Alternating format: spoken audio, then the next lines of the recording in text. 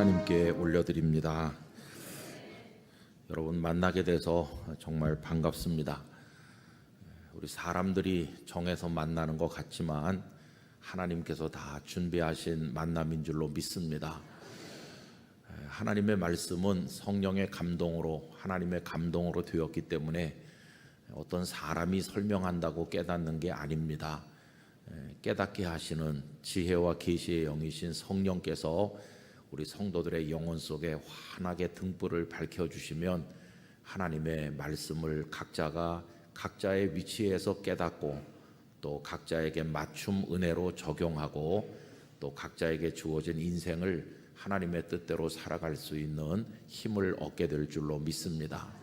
그래서 3일 저녁 제가 시간을 제대로 내질 못해서 미안하게도 목금토 토요일 밤에까지 하는 참 이상한 집회가 되었지만 토요일 밤에 왔으니까 그 다음 날은 하루 쉰다 그렇게 하지 마시고 토요일 늦은 밤까지 하셔도 또 그 다음 날 주일에 오셔서 하나님을 잘 예배하시고 특별한 집회였느니만큼 은혜도 더 많이 받으시기를 간절히 기원합니다. 오 목사님은 또 우리 영락교회에서 예전에 사역하셨던 우리 원로 목사님, 옛날에 영락교회에서 사역하셨던 목사님이시지 않습니까?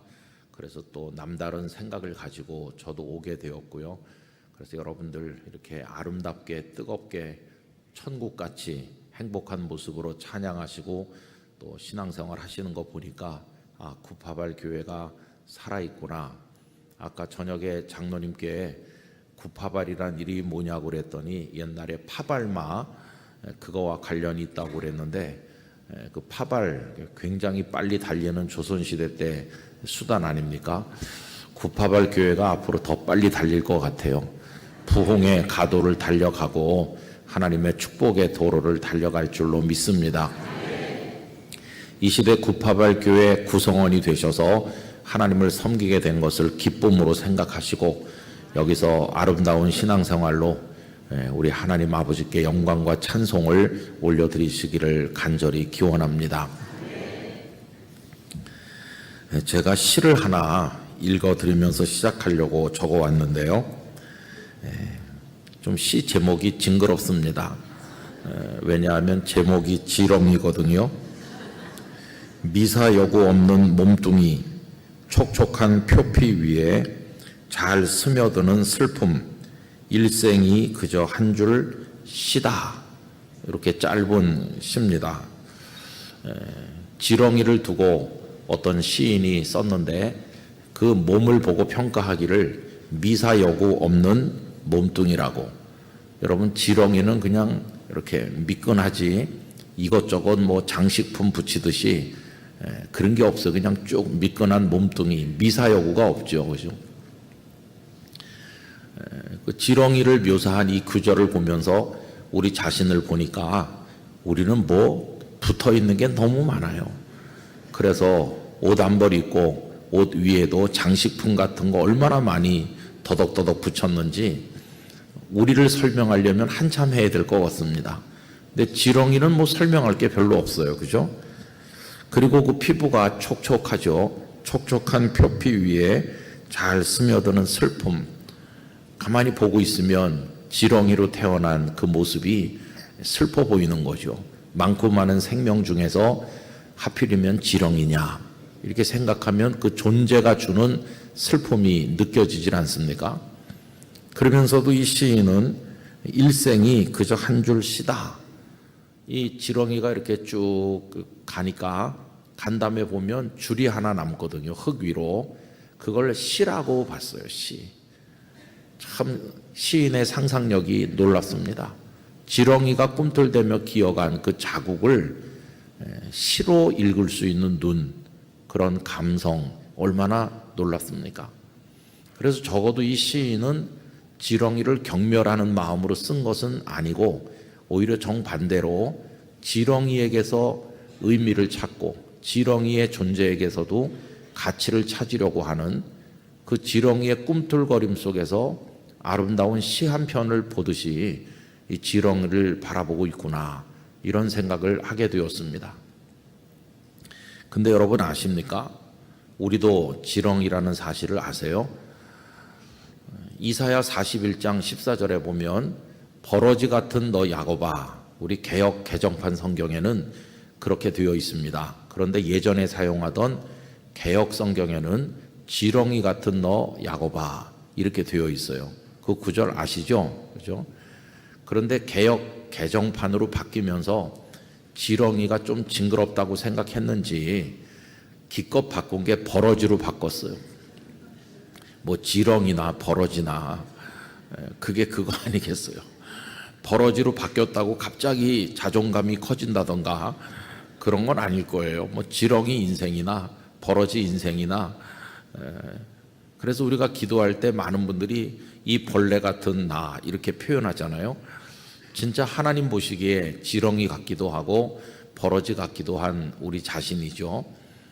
그런데 정말 놀라운 것은 버러지 같고 지렁이 같은 우리를 위해서 하나님께서 독생자 예수님을 십자가에 버리셨다는 것입니다. 그러니 얼마나 놀라운 하나님의 사랑입니까?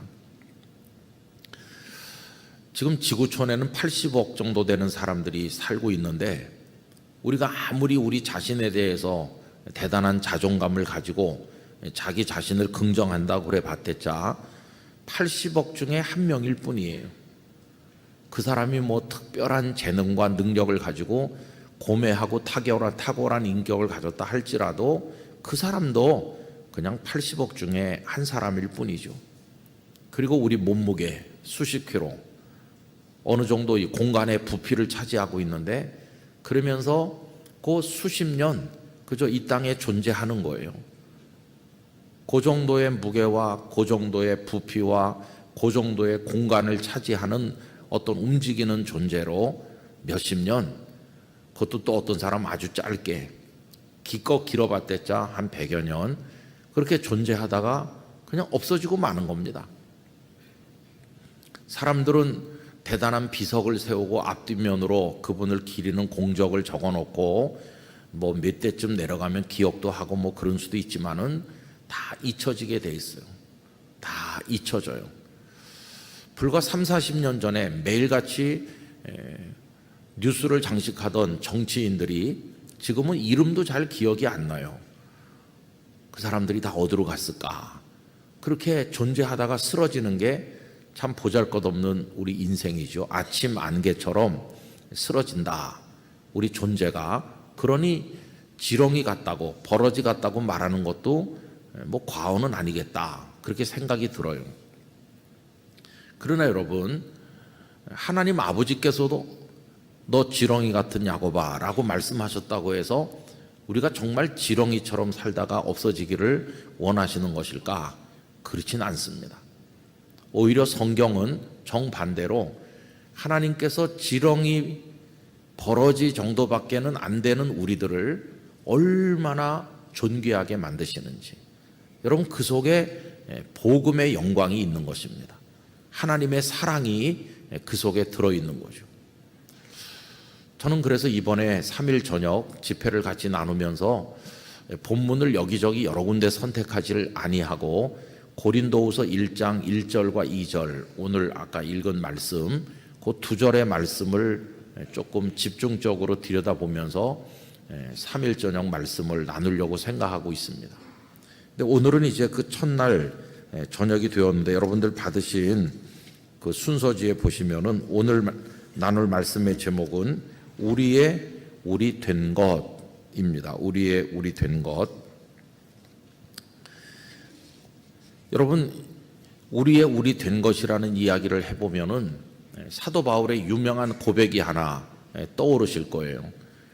고린도전서 15장 10절에서 내가 나 된 것은 하나님의 은혜다. 이렇게 말씀한 구절 여러분 아시죠?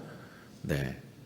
저는 내가 나 된 것, 그때 현재의 나죠. 현재의 나. 그 고린도 전서를 기록하실 때 그 당시에 사도 바울의 모습, 그거를 바울 사도가 얘기하는 겁니다. 내가 나 된 것이 하나님의 은혜로 되었다. 그렇게 이야기했어요. 그 우리 구파별 교회 성도님들의 고백이 되시기를 바랍니다. 내가 나 된 것은 하나님의 은혜입니다. 근데 조금 마음에 안 드시는 분도 계실 거예요. 왜냐하면 나의 현재의 모습이 모든 사람이 우러러보는 모습이라면 그렇게 고백해도 하나도 마음에 부담이 안 될 거예요. 그런데 남들의 평가는 차치하고라도 거울 앞에 서서 내가 나를 봐도 너 왜 그렇게 못났니? 응? 어떻게 생기긴 꼭 그렇게 생겼냐? 이렇게 자기 자신에 대해서 불만족하고 있는 분이라면 내가 나 된 것이 하나님의 은혜라고 고백할 때 그게 진정성이 있을까요? 자신의 존재에 대한 불만이 가득한데 하나님 왜 나를 이렇게 만드셨나요?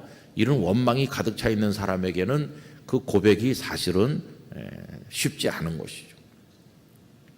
여러분들의 외모에 대해서 만족하세요?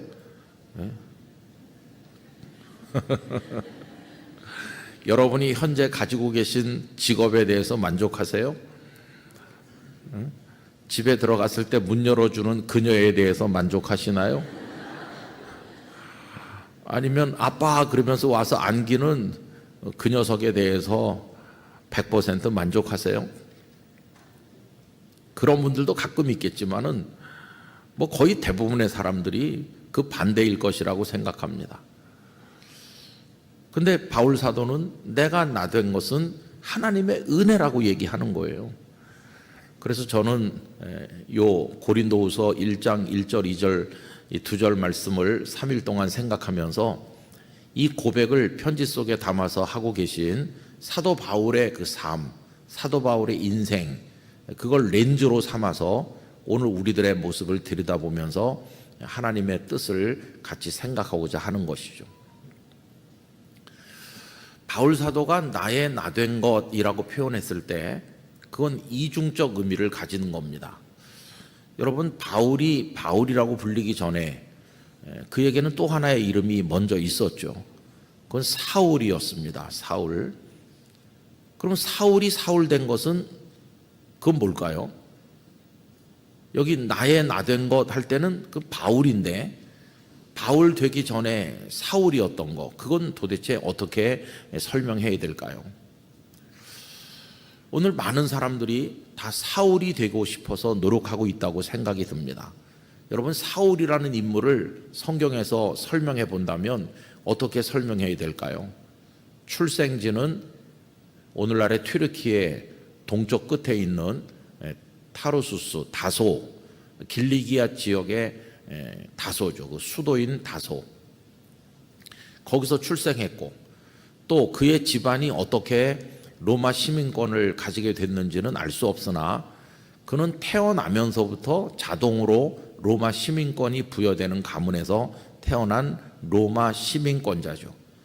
로마 시민권자이기 때문에 나중에 그는 황제에게 재판을 청구할 수 있는 그 권리가 있었기에 황제에게 재판받기 위해서 로마로 가는 이야기가 사도행전 후반부에 나와 있지 않습니까? 거기다 그는 그 다소에서 성장하면서 아주 발전된 문물을 익혔습니다. 학문을 익혔는데 여러분, 다소가 지금은 낙후된 형편없는 그런 곳이지만은 당시에는 그 지중해 세계를 통틀어서 학문이 번성한 3대 도시 중에 하나입니다. 그래서 그 사도행전에 가보면 이 바울이 아테네에 가서 전도하실 때 아레오바고 광장에서 스토아 철학자들 또 에피큐로스파 철학자들과 만나서 여러 가지 변론을 하는 게 나옵니다. 그러니까 바울 사도는 복음만 알고 계신 분이 아니고 당대 유행하던 철학의 사조에 아주 조예가 깊은 그런 지식인이었다는 것을 알 수 있어요. 또 그뿐이 아니죠. 그는 언제 예루살렘으로 보내졌는지 알 수 없지만은 그 다소에서 예루살렘까지 상당히 먼 거리인데 그 거리를 이동을 해서 특별 유학을 한 거죠. 그 아버지께서는 아마 교육열이 굉장히 높았다고 생각합니다. 자기 아들이 명석하고 대단한 걸 보고 너는 유대 예루살렘에 가서 정통 유대주의를 배워라. 그래서 랍비가 되고 명성을 떨치는 대학자가 되라. 아마 그렇게 했던 것 같습니다. 그래서 그가 선택했던 스승은 여러분들이 잘 아시는 가말리엘이죠. 당시 유대에는 두 개의 학파가 모든 것을 다 장악하고 있었다고 알려지는데, 하나는 율법을 좀 엄격하게 해석하는 아주 좀 고지식하고 융통성 없는 샴마이파라고 하는 학파가 있었고, 또 하나는 약간 폭을 넓혀서 그 상황에 맞게 해석하면서 융통성을 가지는 율법 해석의 입장을 고수했던 힐렐 학파라고 있습니다. 그런데 이 사울은 힐렐 학파에서 공부했죠. 힐렐 학파의 대단한 학자가 가말리엘이죠. 정확하진 않지만 가말리엘이 힐렐의 아들이라는 설도 있습니다. 힐렐 학파를 바로 이어받은 그 학문적으로 어떤 큰아들 같은 그런 가말리엘의 문화에서 그가 공부했습니다. 그게 얼마나 대단한 명성인지. 가말리엘의 제자였었다, 이거 하나만 가지고도 마치 오늘날 내가 한국에서는 서울대를 수석 졸업했고 미국에서는 하버드대를 수석 졸업했습니다, 뭐 그쯤 되는 거죠. 가말리엘의 문화에서 공부했다는 건 대단한 겁니다. 더군다나 그는 그렇게 공부하면서 유대 그 사회 지도자들인 최고위층 지도자들이라고 할 수 있는 대제사장 계열과 통하는 사람이었어요. 나이는 좀 어리지만은. 그래서 그 다메섹에 있는 기독교인들을 잡으러 보낼 때 대제사장들이 그에게 공식 문서를 써서 줬습니다. 그냥 개인 자격으로, 그냥 개인의 열정으로 다메섹에 갔다기보다는 대제사장에게 권한을 위임받은 상당한 힘을 가지고 다메섹으로 간 거죠. 그러니까 이 사람은 촉망받는 장래 유대 사회의 최고 랍비가 될 수 있고 유대 사회를 이끌 수 있는 그런 자리에까지 오를 자격을 갖추고 있었다 하는 걸 알 수 있습니다. 뿐만 아니라 그는 베냐민 지파 출신에다가 바리새인 중에 바리새인이고 자기가 히브리인 중에 히브리인이다. 그러니까 이쪽으로 보나 저쪽으로 보나 어느 쪽으로 봐도 하나도 빠진 게 없어요. 그저 학자들이 생각하는 이 사울의 핸디캡이 있다면 외모였던 것으로 알려지고 있습니다. 그는 키가 좀 작고 등이 약간 굽고 그리고 조금 보기 흉할 만큼 매부리 코이지 않았을까, 그렇게 이제 상상하기도 하고, 또 어떤 사람은 상상하기를 아마 대머리였을 것이다, 그렇게 생각하기도 해요. 그 대목은 좀 마음에 듭니다. 저랑 좀 통하는 것 같아서. 그 다음에 또 어떤 사람들은 그가 눈병이 있었을 거라고 그렇게 추측하기도 하고, 어떤 이는 그가 이제 뇌전병 비슷한, 그래서 흔히 뭐 우리가 간질 이렇게 표현도 하는데 어떤 그런 증세가 있지 않았나, 이렇게 생각하는 사람들도 있긴 있습니다. 어쨌든 그런 육체적 약점 뭐 그런 건 있었지만 그 나머지 조건들을 보면은 사울이라고 하는 한 사람을 설명하려면 동원돼야 되는 것들이 많은 거죠. 여러분, 그 정도 모든 걸 갖춘 인물 아마 지금도 많지 않을 거예요. 집안도 훌륭하고 학문에 있어서도 대단히 탁월하고 능력도 뛰어나고 많은 사람들과 인적 관계가 얽혀 있는데 대단한 백을 가진, 앞으로 그의 미래가 창창하게 보장되는 그런 아주 열정이 넘치는 한 젊은 사람, 얼마나 놀랐습니까? 그게 사울이에요. 자, 그러면 보세요. 그 다 누구나 꿈꾸는 로망 아닙니까? 우리 집에 아들이 있다고 한다면 그 부모님이 꿈꾸는 게 그거 아닙니까? 우리 아들 공부 많이 시켜서 학문적 성취가 있고, 우리 아들에게 유명한 어떤 사람들이 대부가 돼주고 뒤에서 봐주면서 그런 인적인 도움을 받고, 아들이 아주 명석한 두뇌를 가지고 뛰어나고 다양한 달란트가 있어서 어디 갖다 놔도 군계 일학처럼 눈에 뜨이는, 그래서 뭐 출세가 그냥 보장되는 그런 아들을 키워내는 게 아마 모든 부모님들의 꿈일 거예요. 그런 입장에서 생각해 보면 사울은 흠잡을 게 없는 사람이죠. 사울이 사울된 거, 이거야말로 하나님의 은혜다, 그렇게 말해야 되는 거 아닙니까? 우리 성도님들의 자녀가 사울의 그때 모습을 오늘날 옮겨놓은 것 같이 모든 면으로 탁월한 그런 아들이 있다고 한번 해보세요. 그럼 뭐라고 말할까요? 아유, 권사님 댁의 아들이 그렇게 모든 면으로 뛰어나다면서요. 정말 부러워요. 누가 이렇게 말하면 그 권사님은 뭐라고 얘기할까요? 하나님 은혜죠 뭐. 그렇게 말하지 않겠어요? 다 하나님 은혜죠. 물론 속으로는 엄마 닮아서 그렇지 이렇게 생각할지 모르지만 겉으로는 하나님 은혜라고 할 거예요. 그럼 그게 바로 고린도전서 15장 10절 아닙니까? 내가 나 된 것은 하나님의 은혜다. 우리 아들이 이런 아들이 된 것은 하나님의 은혜다.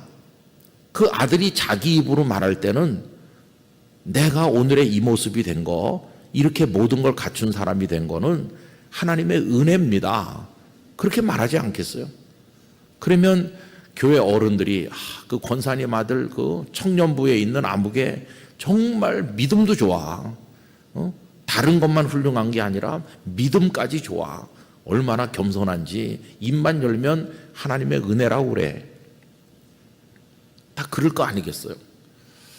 자, 그런데 참 이상한 건 뭐냐 하면은 하나님께서 그 사울이라고 하는 인물이 가진 그 대단한 여러 가지 소양을 다 그냥 박살을 내셨다는 거예요.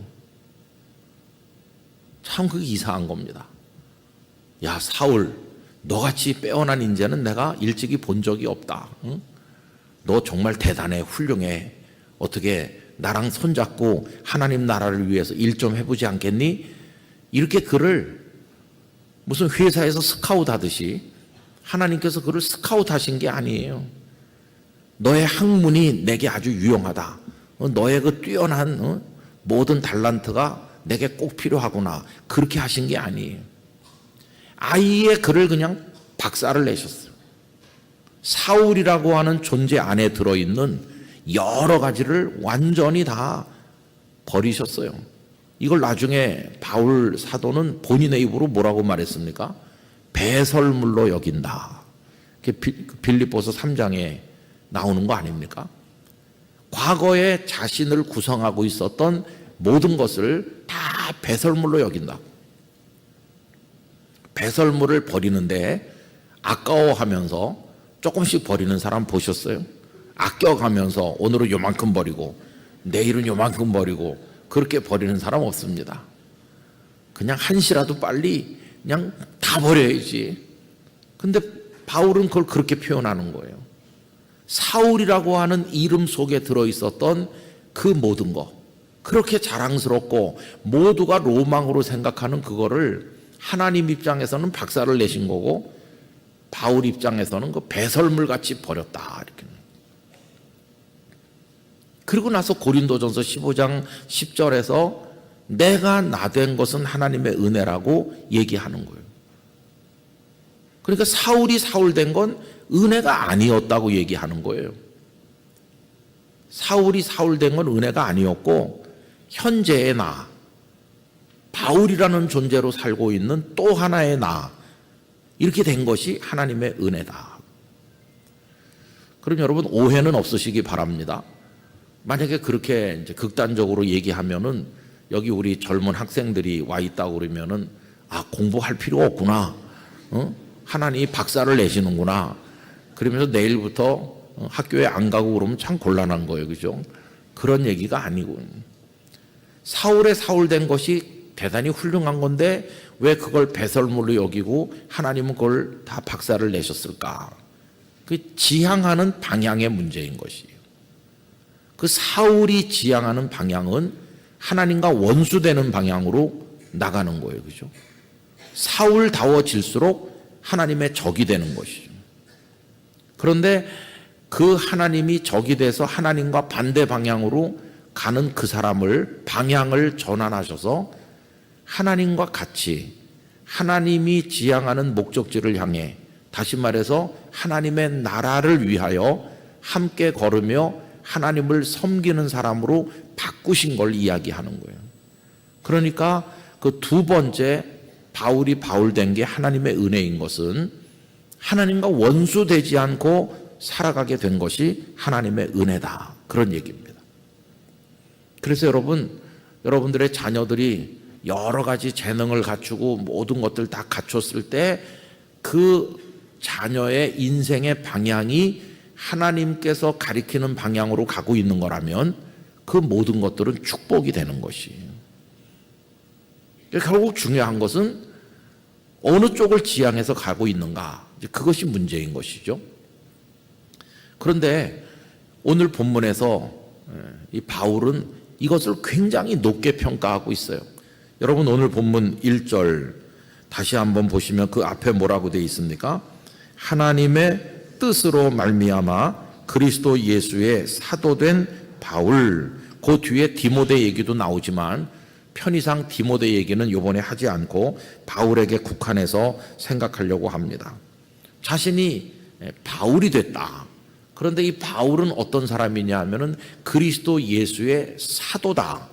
그런데 내가 바울이라는 존재로 바뀌어서 그리스도 예수의 사도가 된 것은 우연이 되었거나 어떻게 내가 노력해가지고 된 것이 아니라 그 맨 앞에 나오는 것처럼 하나님의 뜻으로 말미암은 것이다.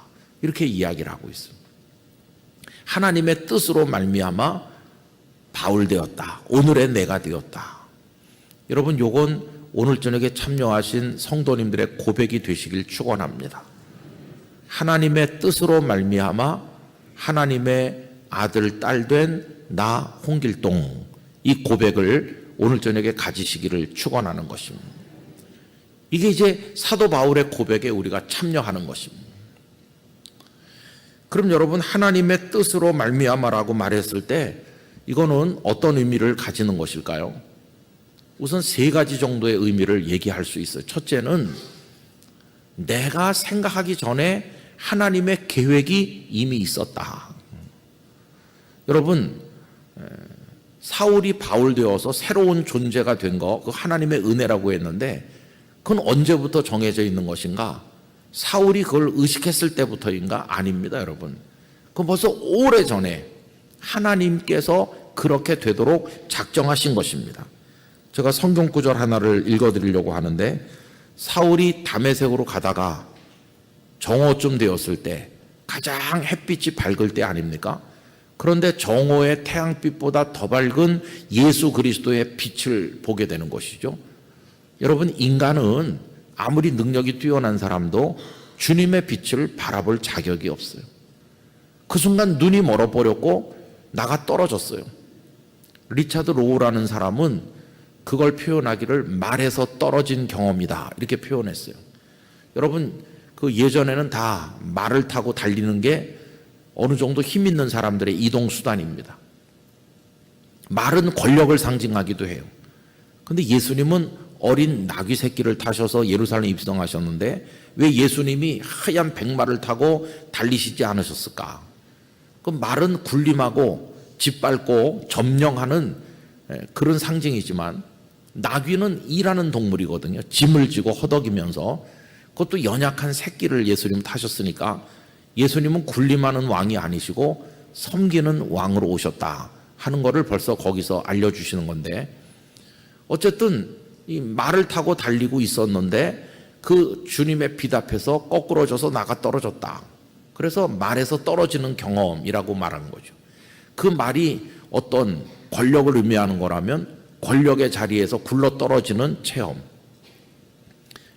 어떤 부요함을 말하는 거라면 그 부요함에서부터 가난으로 추락하는 체험, 에너지가 넘치는 강건한 힘을 상징하는 거라면 그 힘이 다 사라지고 아주 병약하게 골골하는 지경으로 떨어지는 그런 체험, 사람들에게 박수를 받는 영광을 누리는 자리를 상징하는 거라면 이제는 손가락질 당하고 멸시받는 자리로 내몰리는 그런 체험, 여러분 그런 극단의 체험, 그 존재가 균열이 돼가지고 부서져 내리는 그런 체험, 그게 다메섹 도상에서 사울이 경험한 거다.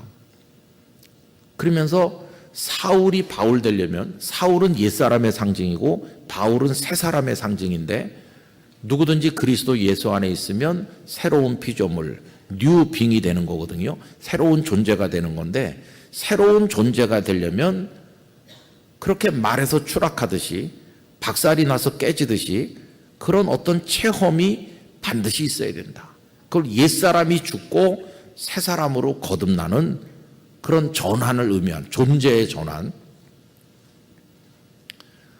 그 고린도전서 15장 10절에서 내가 나 된 것이라고 말할 때 바울이 고백하는 건 뭐냐 하면은 사울이라는 존재로 고집스럽게 예수님을 핍박하는 존재로 살던 내가 말에서 굴러떨어지는 그 모든 영광의 자리에서 추락해가지고 땅바닥에 뒹굴고 내몰리고 앞을 못 보게 되는 그런 다 산산이 부서지는 체험을 해서 거기서 새로운 존재로 거듭나서 오늘의 바울이 된 거, 그게 하나님의 은혜라고 얘기하는 거예요. 근데 그걸 하나님께서는 벌써 오래전부터 정해놓으셨다는 거예요. 여러분, 다메섹으로 가는 대제사장의 공문을 받아서 수하들을 거느리고 출발할 때 그는 그 길에서 자신에게 그런 일이 일어날 줄 전혀 알지 못했어요. 그러나 하나님께서는 계획하신 거예요. 그래서 그가 앞을 보지 못하는 상태로 사람들의 손에 이끌려서 다메섹에 들어갔을 때 그 다메섹에는 아나니아라고 하는 신실한 주님의 제자가 있었고 주께서 아나니아에게 가서 기도해 줘라. 직가라는 거리에 있다. 그랬더니 아나니아가 두려워했죠. 그 사람은 핍박자로 그리스도를 믿는 사람들을 잡으러 온 사람인데요. 이렇게 하니까 그때 하신 말씀이 있어요. 그때 하신 말씀 사도행전 9장 15절을 제가 읽어드립니다. 주께서 이르시되 가라. 이 사람은, 이 사울이라고 하는 사람은 내 이름을 이방인과 임금들과 이스라엘 자손들에게 전하기 위하여 택한 나의 그릇이라. 여러분, 이 형편없는 핍박자인 사울이라는 사람을 주께서는 택하셨다는 거예요. 거기 하나님의 뜻이 이미 들어있는 거예요. 이건 정말 놀라운 것입니다. 여러분, 하나님 안에는 우연은 없습니다. 하나님의 섬세하시고 영원전부터 이루어진 계획에 따라서 택하시는 겁니다. 그러므로 제가 오늘 여기 있고 성도님들이 그 자리에 앉아 계시고 더구나 우리 속에 하나님을 아버지로 경외하는 믿음을 가지고 진리를 사모하면서 하나님의 나라를 향해 바라보며 걸어가고 있는 오늘 우리의 모습 또한 결코 우연이 아니라 그 속에 하나님의 택하심이 있는 겁니다. 그게 하나님의 뜻입니다. 하나님의 뜻. 여러분, 한 분 한 분의 존재는 결코 우연이 아니라 하나님의 택하신 뜻 가운데 존재하는 겁니다. 이건 정말 놀라운 축복이 아닐 수 없어요. 19세기 말에서 20세기 초에 전 세계적으로 휩쓸어 많은 사람들의 마음에 있었던 것이 소위 실존주의 철학입니다. 실존주의 철학이 일본을 거쳐서 우리나라에 들어왔을 때 그때 우리는 일제시대였어요. 1920년, 30년 뭐 그럴 때였어요. 이 실존주의 철학은 그 속에 허무주의로 가득 차 있었습니다. 인간의 실존이 뭐냐? 그랬을 때 어떤 사람은 길바닥에 뒹구는 의미 없는 돌멩이들이다. 사람들이 걸어가다가 발끝으로 툭툭 차면 이리 굴러갔다가 저리 굴러가는 그 돌멩이 같이 허무하기 짝이 없는 존재가 인간이다. 그게 얼마나 우리 인간을 볼품없게 만드는 표현입니까? 그래서 유럽에서도 그렇고 이 일본 같은 데서도 그렇고 중국에서도 그렇고 그 허무주의로 가득한 실존주의가 팽배했을 때 자살하는 사람이 엄청나게 많았어요. 여러분, 현해탄에 몸을 던졌던 윤심덕이라고 하는 가수를 아실 거예요. 다 그때 그런 허무주의가 밑에 깔려 있는 거죠. 그 허무주의는 일제의 지배를 받는 국가의 현실, 조국의 현실 때문에만 가슴 아파하는 게 아니라 설령 일제 지배를 받지 않는 독립된 내 나라에 산다 할지라도 살 가치가 있을까? 어떤 절대 허무 속으로 사람들을 끌고 돌아가는 거죠. 여러분, 그러나 오늘 이 하나님 말씀은 우리의 존재가 초라하고 남들이 별로 인정해주지 않고 내가 나를 봐도 별로 뭐 대단해 보이지도 않고 오히려 내가 나를 보면 못나니 왜 그렇게밖에 못났어? 라고 생각하는 존재라 할지라도 이 하나님 말씀은 우리에게는 하나님의 뜻이 있다고 하는 거예요. 하나님께서 택하셨다고 하는 거예요. 요한복음 1장에 빌립이 자기 친구 나다나엘을 예수님께로 인도하는 대목에 그때 나다나엘이 코웃음을 치죠. 나사렛에서 무슨 선한 것이 나겠느냐. 그러면서 빌립이 소개하는 메시아라고 하는 그분에 대해서 전혀 신뢰를 보내지 않습니다. 그런데 그때 예수님이 나다나엘과 만나시잖아요. 근데 예수님께서 나다나엘에게 저 사람 속에 간사한 것이 없도다. 그러니까 나다나엘이 어떻게 저를 아십니까? 하니까 내가 무화과 나무 아래에 있을 때 내가 보았다. 사람이 주님을 바라보기 전에 주님은 영원 전부터 그를 보고 계신 거예요. 주님의 선택 속에 우리가 들어있는 것입니다. 그래서 나같이 연약한 존재라 할지라도 오늘 내가 여기서 하나님을 앙망하고 있다는 것은 그게 하나님의 뜻 가운데 하나님의 택함 속에서 이루어졌다 하는 바로 그 놀라운 이야기입니다. 여러분 에베소서 1장에 보면은 3절부터 이런 말씀이 나와요. 찬송하리로다. 하나님 곧 우리 주 예수 그리스도의 아버지께서 그리스도 안에서 하늘에 속한 모든 신령한 복을 우리에게 주시되 하늘에 속한 모든 신령한 복을 저에게도 성도님들에게도 주시는데 그게 뭐냐 하면 곧 창세 전에 그리스도 안에서 우리를 택하사 우리로 사랑 안에서 그 앞에 거룩하고 흠이 없게 하시려고 그 기쁘신 뜻대로 우리를 예정하사 예수 그리스도로 말미암아 자기의 아들들이 되게 하셨으니 이는 그가 사랑하시는 자 안에서 우리에게 거저 주시는 바 그 은혜의 영광을 찬송하게 하려는 것이라. 여러분 우리는 영원 전부터 하나님의 기뻐하시는 뜻 가운데서 선택함을 받은 예정된 하나님의 자녀라고 하는 것을 확신해야 됩니다. 우리는 고귀한 존재인 것이 하나님의 뜻 안에서 존재하게 됐어요. 저는 이렇게 60몇 년 동안 살고 있는 중입니다만은 가끔씩 생각을 해봅니다. 내가 어떻게 살게 됐을까? 제 아버님은 평양이 고향이세요. 그러다가 일사후퇴 때 중공군과 인민군에 떠밀려 피난민들 내려올 때 같이 내려오신 분이세요. 그때 저희 아버님은 평양에다가 할머니도 계셨고 아내도 있었고 아들 셋과 딸 넷이 있는 가족이 있었는데 가족을 한 명도 못 데리고 혼자 내려오셨어요. 불쌍한 분이시죠. 생리별을 하시고 결국은 가족의 얼굴을 이 땅에서 보지 못하고 하늘나라 가셨으니까 정말 불쌍한 분이십니다. 11년 전에 100세에 세상을 떠나셨어요. 근데 그 100세에 살은 인생이 얼마나 지난한 고통이요 눈물과 괴로움의 삶인지 100년의 인생을 자랑할 게 아무것도 없어요. 하루 세 끼 식사할 때마다 두고 온 자식들 위해서 기도하시고 그게 그냥 너무 깊이 골수에 맺혀가지고 물론 그 이후에 제가 태어났고 제 동생이 낳죠. 여기서 가정을 다시 이루셔서 이제 제가 태어났는데 그러니까 여러분 6.25 전쟁이 일어나지 않았더라면 아버님은 평양에서 행복하게 사셨을 것이고 저는 태어나지 않았을 것입니다. 제가 태어나지 않았더라면 구파발교에 와서 설교하는 일도 없었을 것입니다.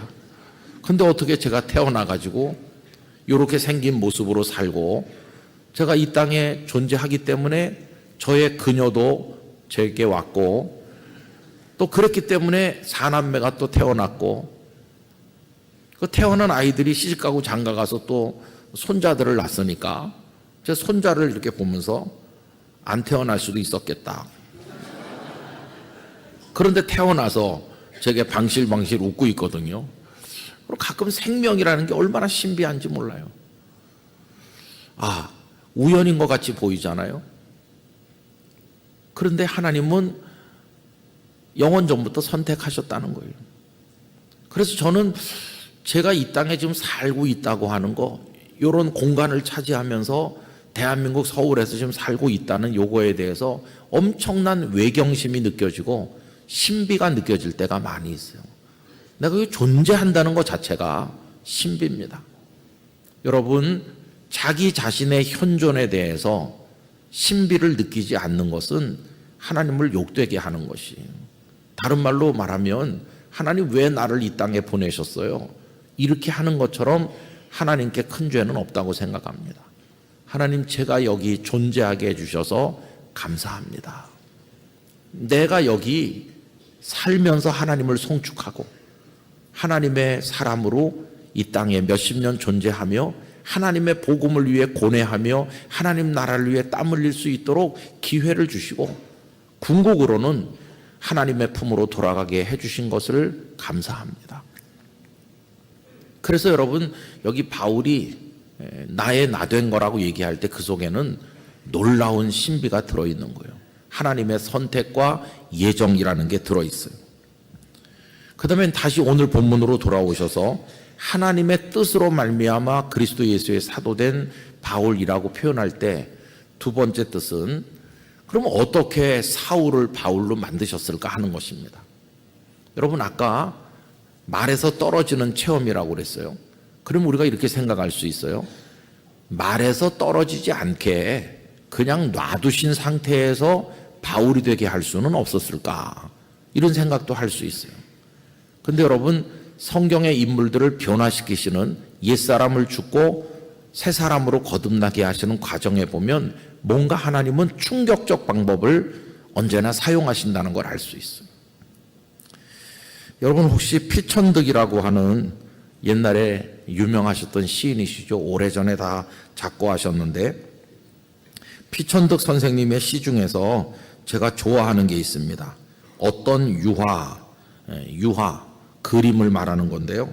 오래된 유화가 갈라져 깔렸던 색채가 솟아오른다. 지워버린 그 그림에, 이렇게 끝나는 짧은 시입니다. 저는 주로 짧은 시만 좋아합니다. 근데 유화가 하나 있어요. 그런데 사람들은 그게 전부인 줄 알죠. 그 물감이 그려낸 그 그림의 모습을 보면서. 근데 이게 오래된 건데 어느 날 그 한쪽 귀퉁이가 이게 벌어지는 거예요. 벌어지면서 놀랍게도 그 유화 그림 속에 원래 그림이 하나 있는 게 나타나는 거예요. 그래서 오래된 유화가 갈라져 틈이 벌어져 가지고 그 밑에 깔렸던 색채가 솟아나는 거예요. 깜짝 놀라 가지고, 아니, 유화 그림 밑에 원래 또 다른 그림이 하나 있었구나. 그러면서 그 위에 유화를 살짝 걷어내고 보니까 그 밑에 찬란하게 빛나는 더 아름다운 그림이 하나 밑에 있는 거죠. 밑에 아름답고 멋진 그림이 있는데 그 위에다가 덧대가지고 유화를 그려가지고 그동안에 그 밑에 있던 게 숨겨져 있었던 거예요. 여러분, 그 밑에 있는 게 뭡니까? 그게 원판이죠, 원판. 우리 사람으로 말하자면 하나님께서 사랑하시는 우리, 하나님께서 창조하신 우리, 하나님께서 기뻐하신 우리의 원 모습 같은 게 있는데 그 위에 누가 뭘 덧대고 이런 칠 저런 칠을 많이 한 거예요. 그 위에 발라져 있는 물감이 별별 이상한 색깔을 많이 발랐어요. 그게 우리의 죄입니다. 우리의 죄, 흉측한 거, 더러운 거, 그런 게 우리 인생에 덕지덕지 발라져 가지고 우리 존재가 너무 추하게 보이는 거예요. 거울 앞에 서 보면 더러운 죄가 깔려 있어요. 근데 이걸 벗을 생각을 안 해요. 그런데 유화가 갈라 터지듯이 하나님께서는 우리의 인생 어딘가를 예리하게 찔러서 갈라 터지게 하시는 거예요. 아픔을 주시고 갈라 터지는 고통을 겪게 하셔요. 근데 갈라 터지면 그때 뭐가 발견됩니까? 그 밑에 너 원래는 이렇지 않았다. 너 원래는 하나님을 사랑하고 사랑받는 사람이었고 너 순수한 하나님의 피조물이 아니냐. 원래 우리 모습을 발견하는 거죠. 사울이 다메섹도 상에서 말에서 떨어지는 그 경험은 그 유화가 갈라 터지는 것과 같아요. 갈라 터져서 그림이 버렸네. 이제 이 그림 못 쓰게 됐어. 이렇게 충격을 받았겠지만 못 쓰게 된 게 아니라 그 위에 덧칠되고 붙였던 걸 뜯어내니까 하나님이 기뻐하시는 그 속의 모습이 드러나는 거예요. 다시 말하면 하나님이 기뻐하는 새 사람. 여러분, 지금 우리를 덮고 있는 껍데기를 벗어야 속에 하나님이 원하시는 새 사람이 만들어지는 것이. 갈라 터지는 것은 고통이고 아픔이고, 그게 때로는 경제적 실패, 육체의 질병, 뭐 여러 가지 충격적인 방법으로 각자에게 하나님께서 다가오시지만, 그 하나님의 예리하게 찌르시는 그거를 겪으면서 비명을 지르고 말에서 굴러 떨어지고 그 고통을 겪다 보면은 드디어 하나님 앞에서 새로운 존재가 되는 거예요. 그래서 여러분, 하나님은 사람을 빚어 만드실 때 충격적인 방법을 쓰실 때가 많이 있습니다. 우리 구파발교회 성도님들 중에도 지금 아픔을 겪는 분들도 많이 계실 거예요. 그것이 육체적 아픔인 분도 계시고, 또 원하시는 것이 순리적으로 되지 않는 이도 있고, 여러 가지 인간관계 갈등이든지 뭐든지 우리가 아프도록 하나님이 찌르실 때가 많아요. 근데 그게 단순한 아픔이 아니라 그걸 통해서 그 속에 있는 더 아름다운 것들이 발산되고 더 하나님 기뻐하시는 모습으로 새로 빚어지는 은혜의 기회로 바뀌시기를 바랍니다. 그래서 하나님께서 하나님의 방법으로 우리를 바꿔주시는 거예요. 뭐 이런 간증을 하자면은 수도 없이 성경에도 많고 우리 주변에도 많은 거죠. 실패와 좌절, 절망과 낙담을 통해서 오히려 새로운 세계를 보는 거죠. 새벽이 깊으면 어둠도 깊어지지만 동시에 동력도 다가오는 거 아닙니까? 그래서 고통이 깊을수록 은혜의 때도 다가오는 것이죠. 그래서 어떻게 오늘의 내가 될 수 있는가? 그건 하나님의 방법을 통해서 되는 것이에요. 아마 우리 성도님들도 말에서 굴러떨어지는 체험을 많이 해보신 줄로 생각합니다. 앞으로도 하나님은 그런 방법을 사용하셔서 우리를 계속 새롭게 만들어 가실 때가 있을 것이다. 저도 이제 목회를 오랫동안 하면서 갈라 터지는 아픔을 많이 경험했어요. 저는 32살에 담임 목회를 시작했습니다. 목사 안수 받고 한 2년이나 돼갈 무렵인데 늘 기도를 했어요. 하나님, 제가 이제 신대원에 들어가서 신학생이 됐습니다. 그러니까 제가 어디 가서 교육전도사부터 해야 될 텐데 어디로 가면 좋을까요? 저는 어딜 가겠다고 알아보질 않았어요. 그건 하나님 앞에 너무 죄송한 것 같고 그냥 제일 먼저 연락 오는데 거기가 어디든지 가겠습니다. 제 딴에는 좀 멋을 부려본 거예요. 제일 먼저 오라는데. 근데 여러분, 함부로 그런 기도를 하면 큰일 납니다. 그래가지고 이제 그게 좀 그럴듯한 기도라고 생각했는데 서울역 근처에 있는 어느 교회에서 어린이 담당 전도사로 오라. 그래서 그때는 뭐 아무 갈등 없이 갔어요. 가서 어린이들하고 한 1년 지내니까 담임 목사님께서 청년들을 좀 맡아달라. 청년들 좀 맡다가 신대원을 졸업한 무렵이 되니까 부목사님이 갑자기 한 분 떠나셨는데 그 공백을 좀 메우고 전임 전도사를 좀 해달라. 그래서 주중에 나와서 신방도 다니고 교구도 맡아서 보면서 또 학교에서 공부도 또 석사 과정을 계속하고 이렇게 바쁘게 살았습니다. 그러다가 보니까 이제 또 안수 받을 때도 돼서 안수도 받고 결혼도 하고 애들도 둘이나 태어나고 그럴 때가 이제 한 32살쯤 된 거죠. 그래도 그 기도는 계속했어요. 그 교회에 계속 있을 건 아니고 어딘가 또 임지를 옮겨야 될 거니까 내가 알아서 내가 찾아서 가진 않겠다. 근데 어디선가 오라고 부르면 가야지. 저는 당연히 이제 어느 교회에서 부목사로 부를 줄 알았어요. 32밖에 안 됐으니까. 그런데 어느 날 낯선 분들이 한 3분 오셨는데 어디서 오셨나요? 그랬더니 우리는 부산에서 왔습니다. 어떻게 오셨나요? 그랬더니 목사님을 우리 교회 담임 목사로 청하려고 왔습니다. 기쁨은 하나도 없었습니다. 충격만 컸습니다. 왜 그러냐 하면은 제일 먼저 오라는데 저는 그렇게 기도할 때 하나님은 우리의 폐부를 다 꿰뚫어 보시기 때문에 다 아실 줄 알았어요. 뭘요? 끝까지 안 하고 좀 생략해도 우리 생각을 다 아시는 하나님이시니까 아실 줄 알았어요. 제가 생략한 건 뭐냐 하면은 제일 먼저 오라는데 가겠습니다 하고 생략한 거는 서울 안에서 그게 생략된 부분이거든요. 그런데 하나님은 폐부를 꿰뚫어 보신다고 하시더니 그때는 그냥 입 싹 닦으시고 저 부산에서 오라고 하는 거예요. 한 번도 가본 적도 없는 부산. 눈앞이 캄캄한 거예요. 그래서 여러분, 기도대로 된 거 아닙니까? 기도대로. 그러면 할렐루야 그러면서 아멘 해야 되는데, 그게 89년 11월 말쯤 되는데요. 제가 그 이듬해 봄에서야 갔으니까 그분들은 매일 저녁 모여서 저를 오게 해달라고 기도했고, 저는 애써 무시하면서 모른 척 했어요. 거기 장로님이 하루가 멀다 하고 어제도 모여서 기도했습니다. 목사님도 기도하고 계신가요? 야, 근데 정말 참 뭐라고 말하기 힘든 고통을 겪었어요. 그러다 결국은 저희 아버님의 무서운 권면, 그 교회 가지 않으려면 목회 관둬라. 네 입으로 기도하고 네 입으로 거절하는 믿음 없는 목사는 하나님을 안 믿는 목사다. 하나님을 안 믿는 목사가 무슨 목회를 하겠니? 그래, 너는 관두든지 아니면 가든지 해라. 그래, 제가 90년 3월 18일에 그 교회 부임했어요.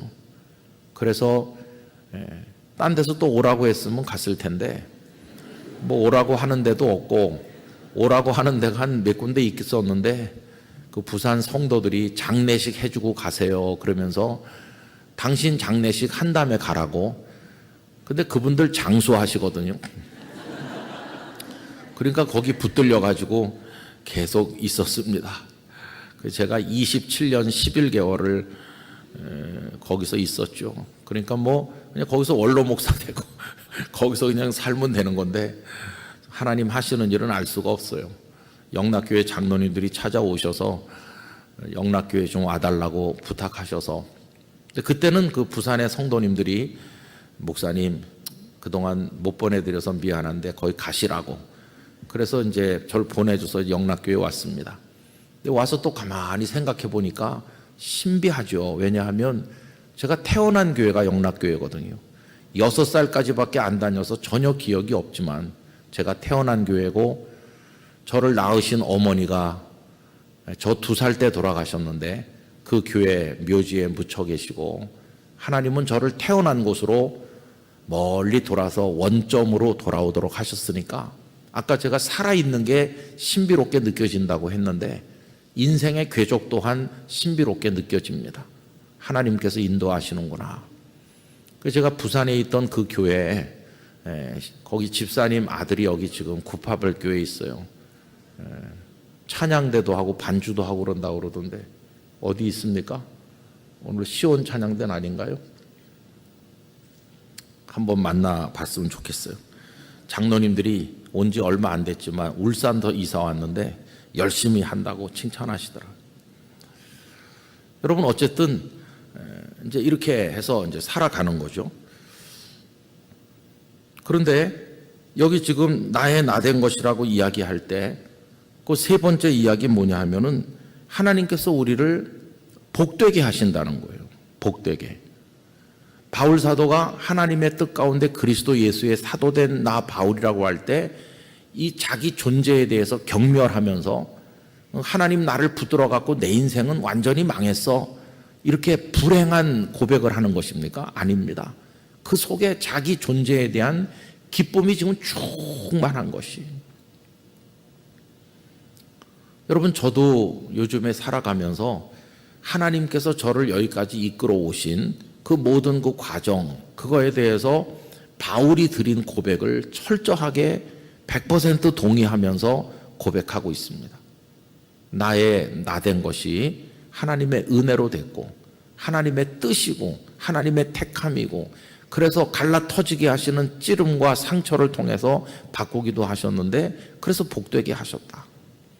부산에서 목회하는 과정에 아픔도 많았어요. 한 가지 예만 말씀드리면은요, 부산에 부임해가지고 한 3달 정도 돼가는데 아내가 저에게 말했어요. 태어난 지 1개월 된 아들을 데리고 내려갔거든요. 아내가 하는 말이, 여보, 우리 아기가 좀 이상하지 않아요? 그래서 뭐가 이상하냐? 그랬더니 머리가 이상하다는 거예요. 머리가 좀 지나치게 짱구인 것 같아요. 그래서 제가 어른들한테 들은 얘기는 이렇게 눕혔다 이렇게 눕혔다 하면은 동글동글해진다고 하더라. 신경 써서 좀 돌려 눕히세요, 이렇게 말했어요. 그랬더니 제가 벽창호 같이 대답하니까 답답하잖아요. 그래서 병원에 데려갔대요. 아기를 데려가서 우리 아기 머리가 좀 이상하잖아요. 그러니까 의사가 쓸데없는 걱정이라고 하면서 돌려눕히면 동글동글해진다고. 그래서 제가 알게 된 한 가지 사실은 저랑 수준이 비슷한 의사가 있구나 하는 것을 알게 됐습니다. 그러니까 또 이게 마음이 불안하니까 이제 종합병원 같은 데를 가가지고 소아과에 가서 우리 아기 머리가 좀 이상하지 않냐 그렇게 한 거예요. 그랬더니 의사가 정 걱정되면은 아기 그러면 머리를 엑스레이 한 장 찍어 봅시다. 그래갖고 이제 사진을 한 장 찍어 본 거죠. 그리고는 의사가 깜짝 놀란 거예요. 빨리 서울의 큰 병원에 가라. 여러분, 우리 사람이 머리뼈가요 하나가 아닙니다. 여러 조각이 이렇게 붙어 있는 거거든요. 그러면서 아기가 태어나면 아기 머리가 요만한데 계속 고만하게 있으면 어떡하겠어요? 두상이 이렇게 커져야 되잖아요. 뼈가 이렇게 바깥으로 벌려지면은 그 속에 뇌가 자라야 되는 거예요. 뇌가 자라서 가득 차고 그 뇌가 온몸을 다스리잖아요. 그런데 우리 아기는 엄마 뱃속에서 바깥으로 벌려지지 못하도록 이렇게 달라붙어서 태어난 거예요. 이게 뼈가 그냥 달라붙어서. 그럼 무슨 두개골 무슨 뭐 조기 접합증 뭐 그런 비슷한 이름이 있어요. 그러니 이거는 뇌가 못 자라는 겁니다. 뼈도 이상하게 생겼고, 그러니까 이거는 뭐 죽는 겁니다. 100% 못 살고. 그래서 이제 서울로, 부산에 부임한 지 한 3달밖에 안 됐는데 그 생후 한 몇 달 안 된 아기를 데리고 서울로 다니는 거예요. 그러니 목사가 새로 왔는데 그분들은 몇 달을 기도해가지고 온 목사인데 목사네 애가 좀 이상한 애가 온 거예요. 온 교회가 걱정거리가.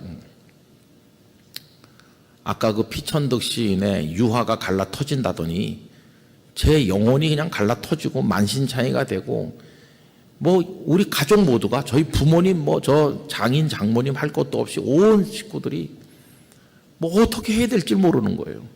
그게 또 동양 사람에게는 거의 없는 일이래요. 그래서 의사들이 이게 임상 경험이 잘 없으셔요. 그러니까 알아보지를 못한 겁니다, 의사들이. 그래서 이제 서울로 쏟아내고 그렇게 했는데, 여러분, 갈라 터지면 그 밑에서 새로운 색깔의 그 밑에 있는 바닥 그림이 드러나는 것처럼 하나님은 그 갈라 터진 고통이 있었지만 그걸 드러내고 나니까 그 밑에 큰 은혜의 새로운 그림을 펼쳐주셨어요. 서울에서 어떻게 해야 됩니까? 그러니까 뭐 의사들이 생각해 본 결과 머리 피부를 다 벗겨내고 그 다음에 뼈를 썰어서 조각조각을 내가지고 그거를 철사 비슷한 걸로 이렇게 얽어가지고 이렇게 만들어서 머릿속을 허공으로 만들어 머릿속을 텅 비게, 그래야 뇌가 자랄 거 아닙니까? 그러니까 머릿속을 비게 만드는 참 이상한 수술이죠. 그런 걸 해야 될 것 같다. 그리고 도대체 누가 하냐? 근데 보세요. 손재주 좋은 의사를 소개해 달라고 그랬는데 참 하나님의 하시는 일이 놀라워요. 그 의사가 얼마 전에 부산으로 부임했는데, 아니 손재주 좋다고 유명한 의사가 어떻게 서울에 안 있고 부산에 왔을까요? 하나님께서 다 보내주신 거예요. 그래서 다시 부산으로 왔어요. 서울서 수술했으면은 부산에 이사간 우리가 이거 어떻게 오르락내리락 합니까? 근데 하나님은 그분을 부산에 보내셨고 또 저희 교회랑 가까운 곳으로 보내셨고, 찾아가서 만났더니 제 아내가 세브란스 병원에 있을 때 알던 사람인 거예요. 오랫동안 안 봐서 몰랐는데. 그리고 7월 3일 날 수술하는데 7월 1일 날 저 미국에서 10년 계셨던 분이 성형외과 과장으로 오셨는데, 내가 미국에 있을 때 이런 비슷한 애들 수술하는 거 수술실에 2번 들어가서 본 적이 있다. 그래서 본 적 없는 의사가 수술하려고 그러는데 본 적 있는 분을 미국에서 보내주셨어요. 그래서 아침 7시에 들어갔습니다. 그래가지고 밤 한 10시 돼서 나왔습니다. 뭐 슬라이드 필름도 만들어야 되고 학회에 가서 발표해야 되는 연구 사례거든요. 사진 다 찍고 그러면서 하려니까 오래 걸린 거예요. 그리고는 선생님이 저에게 오토바이 헬멧, 아동용 오토바이 헬멧 그걸 구해와 주세요. 머릿속이 비었으니까 그게 폭 꺼지는 순간 끝장이거든요. 헬멧을 그 붕대 위에 씌워가지고 이렇게 부딪혀도 꺼져 내려가지 않게. 우리 애가 오토바이 헬멧을 몇 달을 쓰고 살았습니다. 생후 한 5, 6개월 됐을 때. 그러다가 한 두세 달 지나서 MRI는 찍을 수가 없어요. 자성 때문에 거기 쇠붙이 같은 걸 넣어놔가지고 그건 안 돼요. CT밖에 안 된대요. CT를 찍었더니 그 빈 공간에 뇌가 자라서 꽉 찼더라고요. 참 생명의 신비가 놀랍죠.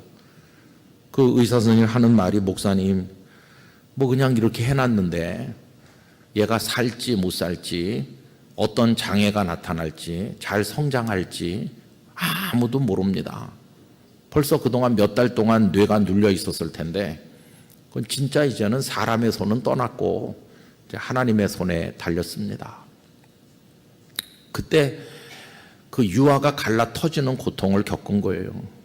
근데 결국 다 그걸 위에 그림을 뜯어냈더니 밑에 쫙 펼쳐주신 새 그림, 하나님 밑에 감춰놓으신 그림이 우리 눈앞에 보이는, 그건 은혜였어, 은혜.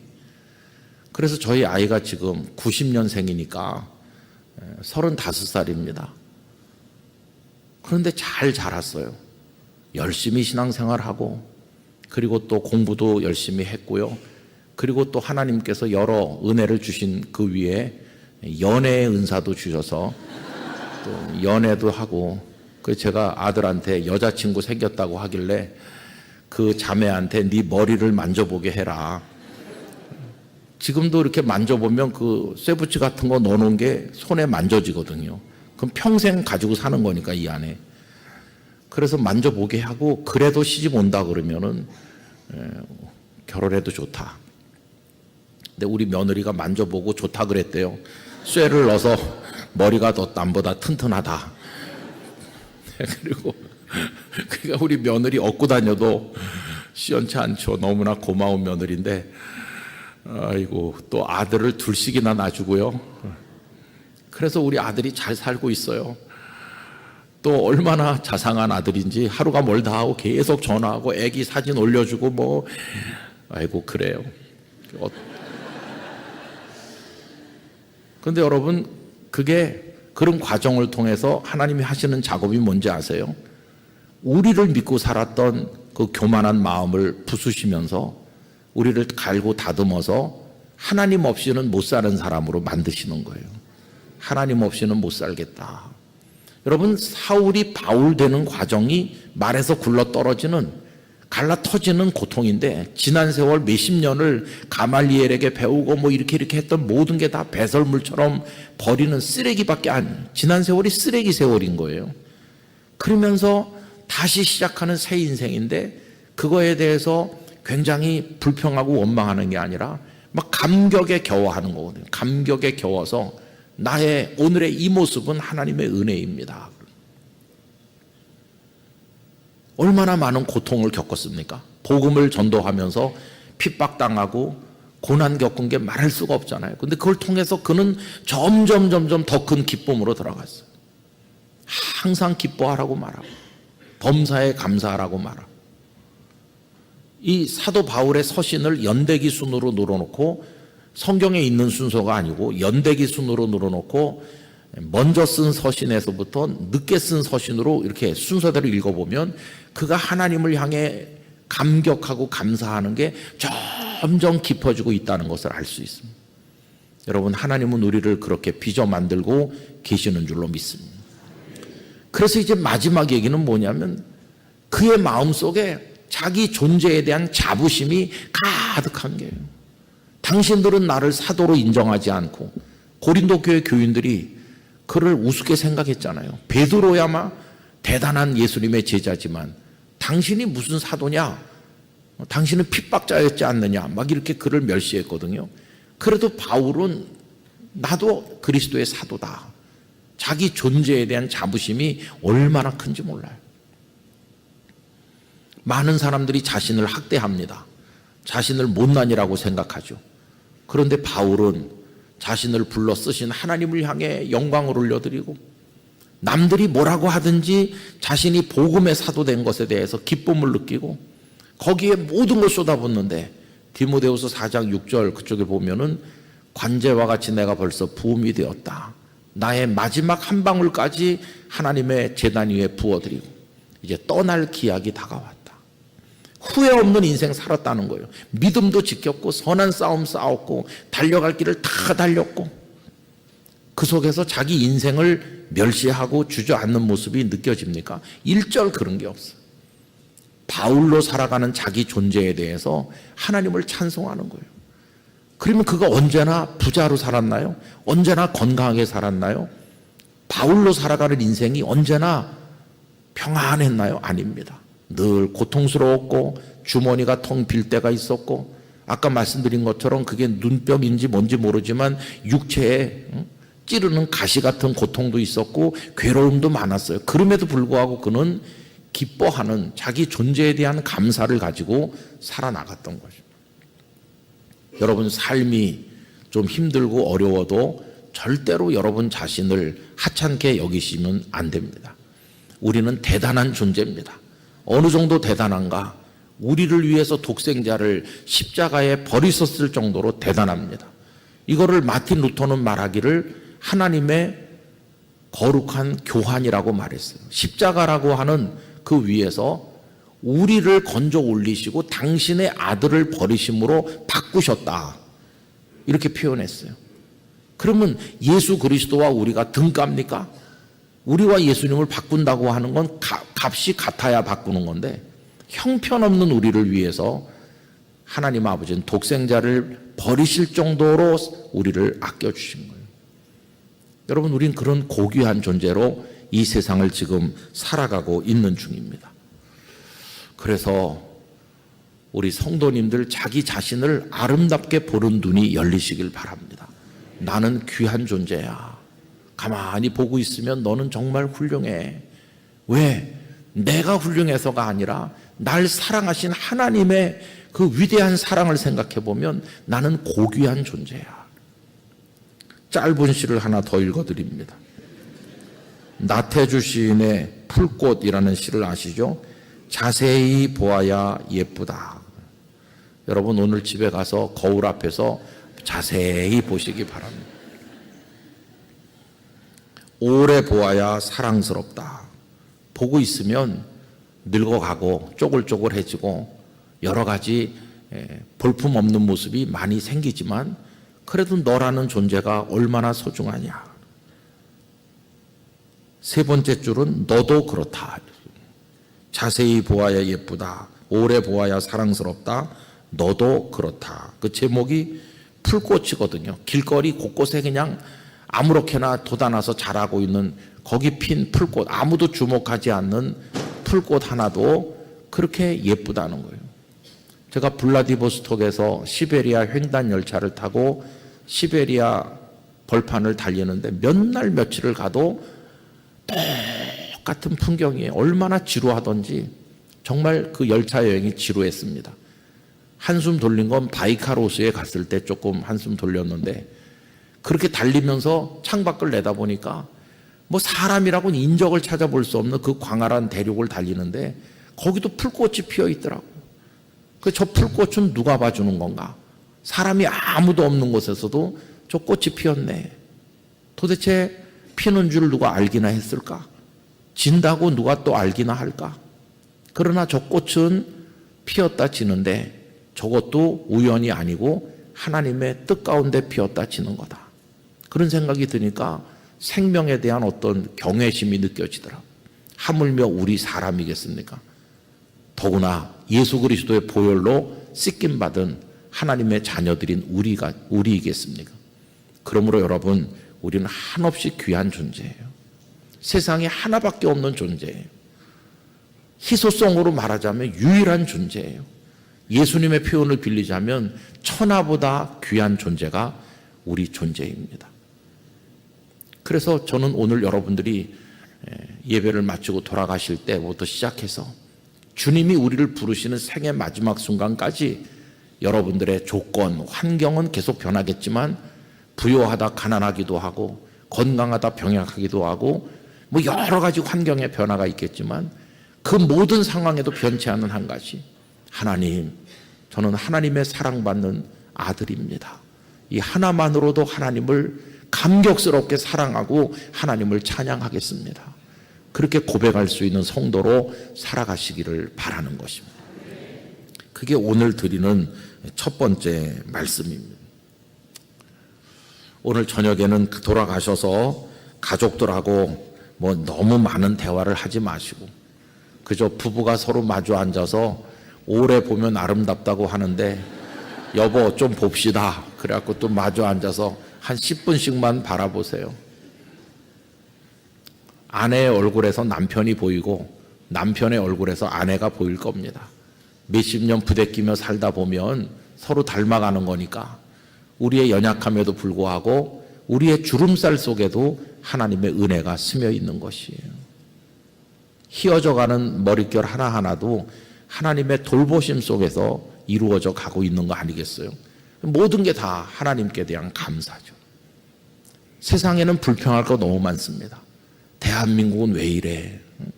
거기서부터 시작을 해서 왜 우리나라만 분단국가일까?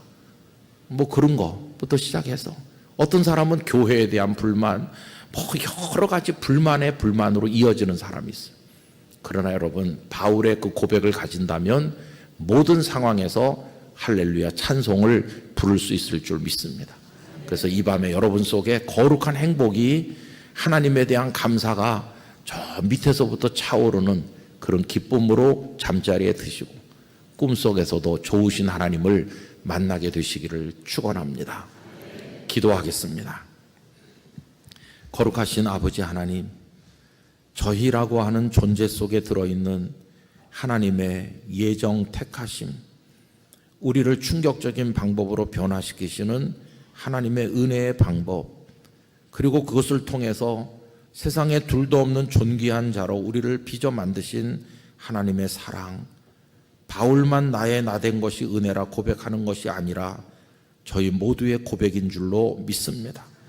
이 놀라운 은혜를 받은 데 대한 감사와 감격을 가지고 남은 생애를 살아가게 하시고 세상이 우리를 멸시하든지 환경이 우리에게 어렵게 다가오든지 우리의 조건이 악화되든지 그 어떤 것에도 굴하지 아니하고 명예롭고 존귀한 하나님의 아들, 딸로 찬송을 부르며 나아가게 하여 주옵소서. 예수님의 이름으로 기도하옵나이다. 아멘.